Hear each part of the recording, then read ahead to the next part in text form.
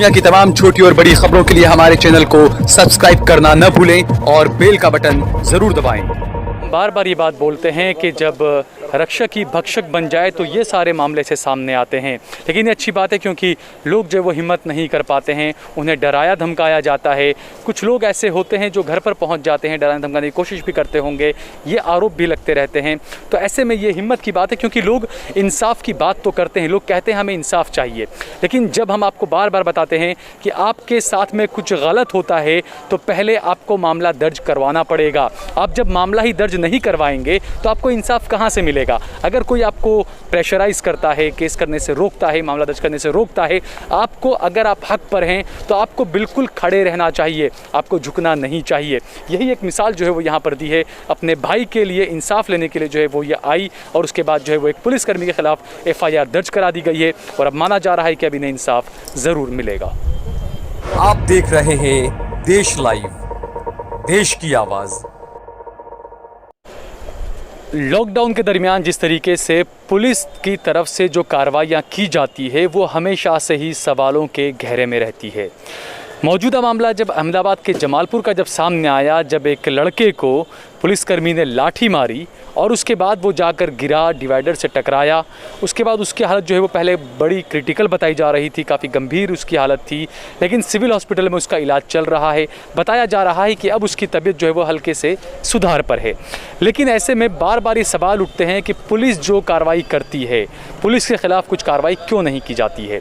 इस पूरे मामले को लेकर गायकवाड़ हवेली में जो है वो आज इस मामले में पुलिसकर्मी जिसने डंडा चलाया था उस लड़के पर, उसके खिलाफ जो है वो FIR दर्ज हो चुकी है। इस मामले में वकील जो हैं उनसे हम बात करेंगे। इसके अलावा जो जुनैद जो पीड़ित हैं वो उसके पिता और उनकी बहन, उनके भाई यहाँ पर हमारे साथ हैं, उनसे ही बात करेंगे। जुनैद शेख जो हैं कार्यकर्ता, सामाजिक कार्यकर्ता, वो भी हमारे साथ में हैं। सबसे पहले हम बात करेंगे वकील साहब से।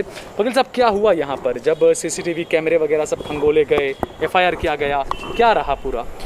जैसा कि आप जानते हैं, गई कल जुनैद जो इनके लड़के जमालपुर चौकी से गुज़र रहे थे, जमालपुर दरवाज़ा के करीब से, किसी पुलिसमैन ने उन्हें रोकने की कोशिश की। वो कुछ जल्दबाजी में होंगे या शायद उनका ध्यान ना हो उनके रोकने पे, वो अपनी गाड़ी को साइड ट्रैक करके जाने लगे तो आगे से एक पुलिसमैन आया जिसने CCTV फुटेज देखने से ये ज़ाहिर होता है। जैसे ही वो आगे जाने लगे, उन्होंने, जो पुलिसमैन आगे से आया उसने लकड़ी से, लाठी से जुनैद के मुंह पर ज़ोर से निशाना किया, जिसकी वजह से जुनैद बहुत ही गंभीर तौर पे इजाग्रस्त हो गया था। शायद देखने से ऐसा जाहिर होता है कि लकड़ी लगने की वजह से ही उसको ईजा हुई और उस वजह से ही उसने अपना बैलेंस गंवाया। और इस तरह से अभी आप, जैसे आपने बताया कि उसका इलाज चल रहा है और उसकी तबीयत अभी सुधार पे है। अच्छी बात यह है कि पुलिस डिपार्टमेंट के बंदे ने ही ये गलती की है और हमें फ़िलहाल ऐसा अच्छा अनुभव हुआ है कि पुलिस डिपार्टमेंट हमारे को, यानी जुनैद के वालिद को और जुनैद के लिए उनकी फैमिली मेम्बर्स को पूरी तरह से संतुष्ट हो जाए, इस तरह से उन्होंने कंप्लेंट रजिस्टर की है, FIR दर्ज किया है। और हम उम्मीद करते हैं कि जिस भी पुलिसकर्मी ने ये गलती की है, ये गुनाह किया है, उसके ख़िलाफ़ सख्त से सख्त कार्रवाई होगी, ऐसी उम्मीद करते हैं। अच्छा, जब CCTV कैमरे में देख रहे थे, CCTV फुटेज देख रहे थे, उस वक्त पुलिस ने ये भी कहा कि नहीं, ऊपर सर पे नहीं मारा है, हाथ में मारा है। तो ये हम लोग हमेशा से ये आवाज़ उठाते रहते हैं, हम बार बार ये बात कहते हैं कि जो पुलिस वालों को जो प्लास्टिक के डंडे दिए गए हैं, जो ट्रांसप्लांट होते हैं, उस वजह से CCTV कैमरे में वो डंडे दिखते नहीं हैं, नज़र नहीं आते हैं।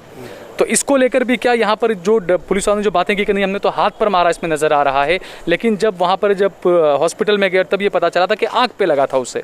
देखिए, आप जानते हैं कि पुलिस के पास डंडे जैसी चीज़, और आप देखते होंगे कि बहुत से पुलिस अफसर के पास रिवॉल्वर भी होती है। बिल्कुल।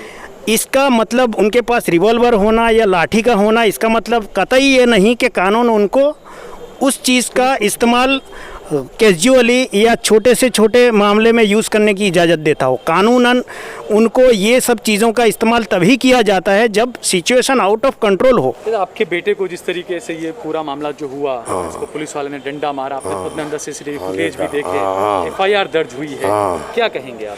हाँ भाई, जो गाड़ी लेके निकला तो इसने सीधा मुँह पे डंडा उसको मारा।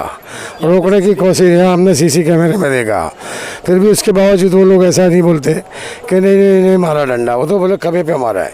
उसको मुँह पे डंडा मारने से वो मगज के अंदर उसको झटका आ गया और अनबैलेंस हो के वो फुटपाथ के ऊपर गिरा और उसको ये मगज फट गया और बेभान हो गया और सीरियस हो गया वो। लेकिन अब जो वो एफआईआर दर्ज हुई है, एफआईआर हमारी दर्ज हुई। हाँ, एसीपी साहब और पीआई साहब उन्होंने आपको पूरा इस बात का एश्योरेंस दिया है कि कार्रवाई करेंगे? कार्रवाई करेंगे हम बराबर। ठीक है, बहुत बहुत। हाँ, आप बहन है जुनैद की, कल भी आपने जब हमने आपसे बात की आप बड़ी परेशान थी, लेकिन बताया जा रहा है कि ऑपरेशन उसका हुआ है सर का। अब जो है वो तबीयत थोड़ी ठीक बताई जा रही है। थोड़ी ठीक है उसकी, पहले करते ठीक है। डॉक्टर ऐसा बोल रहे हैं उसके रिपोर्ट में कि उसको अभी थोड़ा छाती में इन्फेक्शन है। यहाँ पे आए थे, सीसीटीवी कैमरा में हमने देखा तो वो ऐसे बता रहे हैं कि उसको डंडा नहीं मारा, हाथ उठाया है। रिश्वर वहाँ पर दिख रहा है कि 2 हाथ से उसको डंडा उसके आँख पर और नाक पर ही मारा है। वो मारने से जो उसका बैलेंस गया है ना, वो वहाँ पर गिर गया। और वहाँ जो खड़े हुए थे पुलिस वाले मौजूद, वो वहाँ से सब भाग गए और उसको ऐसे ही लावारिस की तरह छोड़ दिया। दूसरे पुलिस वाले होते तो उसको लेके जाते, उसको वहाँ पे ऐसा ही छोड़ दिया। और 108 बुलाए, 108 भी नहीं आई, उसकी ट्रीटमेंट नहीं। अभी हाँ, इंसाफ मिलेगा, हमारे को यहाँ उम्मीद है। ये जो अभी आए हैं उन्होंने जो करा है वो बहुत अच्छा करा है, हमारा साथ भी अच्छा दिया है। जो एफआईआर लिखी है वो भी अच्छी है। बस यही चाहते हैं कि इसको इंसाफ मिले, उसका सब अच्छा होवे। विनीत भाई, पूरा ये मामला जब सामने आया और लगातार जब आज भी जब यहाँ पर एफआईआर दर्ज कराने के लिए आया, आप शुरू से इन लोगों के साथ में थे यहाँ पर, क्या हुआ, कैसा रहा, क्या कहेंगे आप? कल जो ये बनाव बना, पहली बात तो ये बहुत दुखद बनाव है लोगों के लिए भी और पुलिस के लिए भी। दोपहर में इमरान भाई खेड़ावाला, गयासुद्दीन भाई शेख, अजरा बहन और मैं खुद कमिश्नर साहब के पास मिलने गए थे और उनको बताया कि भाई ये मामला जो हुआ है बहुत गलत हुआ है और ये लोगों के अंदर भी रोष है कि पुलिस दंड करती है, ज़्यादा गरीब, अभी लॉकडाउन है, लोगों को इस तरह मारती है, तो ये अच्छी बात नहीं है। एक जवान लड़के को मारा है, उसकी एफआईआर भी अभी तक दर्ज नहीं की। तो कमिश्नर साहब ने बोला अभी तक भी वो लोग नहीं आए, आप उनको बोलो कि आ जावे। लेकिन ये हॉस्पिटल के अंदर दवाखाने में बच्चे की ट्रीटमेंट में थे, तो वो बच्चे को पहले बचाना पहला मोटिव था। यहाँ आए तो पुलिस पीआई साहब से मिले, एसपी साहब से मिले और ये लोग भी थे और इनके अब्बा और इनकी बहन और वगैरह मिलकर अच्छी रीत से एफआईआर लगाई। और हमारे के एडवोकेट साहब जो हाई कोर्ट के हैं वो आए और उन्होंने अच्छी रीत से एफआईआर को मतलब मोल्ड किया और जो रीत से लिखाया चाचा ने सीसीटीवी कैमरे के अंदर जो हमने देखा वो ही हमने लिखाया और यही एफआईआर, और हमको न्याय मिले यही हमारी आशा है और न्याय मिलेगा। हमारी एफआईआर जो पीड़ित के अब्बा, जुनैद के अब्बा जो है वो चाहते थे, वकील साहब की गाइड में जो था इस तरीके से हुई है। इसके लिए मुझे लगता है कि पहले तो ये इसको न्याय भी मिलेगा और मैं दुआ करता हूँ कि अल्लाह उसकी तबीयत अच्छी करे और लोगों को भी मतलब मैं बोलता हूँ कि इसके लिए दुआ करे कि अल्लाह अच्छा करे उसको। तो जिस तरीके से पुलिस की जो ये कहा जाए कि जब वर्दी, हम बार बार ये बात बोलते हैं कि जब रक्षक ही भक्षक बन जाए तो ये सारे मामले से सामने आते हैं। लेकिन ये अच्छी बात है क्योंकि लोग जो वो हिम्मत नहीं कर पाते हैं, उन्हें डराया धमकाया जाता है।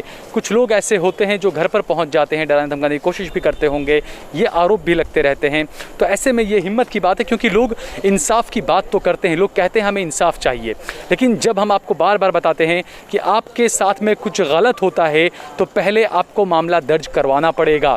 आप जब मामला ही दर्ज नहीं करवाएंगे तो आपको इंसाफ कहां से मिलेगा? अगर कोई आपको प्रेशराइज करता है, केस करने से रोकता है, मामला दर्ज करने से रोकता है, आपको, अगर आप हक पर हैं तो आपको बिल्कुल खड़े रहना चाहिए, आपको झुकना नहीं चाहिए।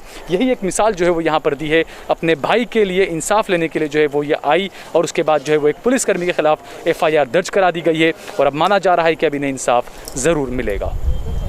आप देख रहे हैं देश लाइव, देश की आवाज़।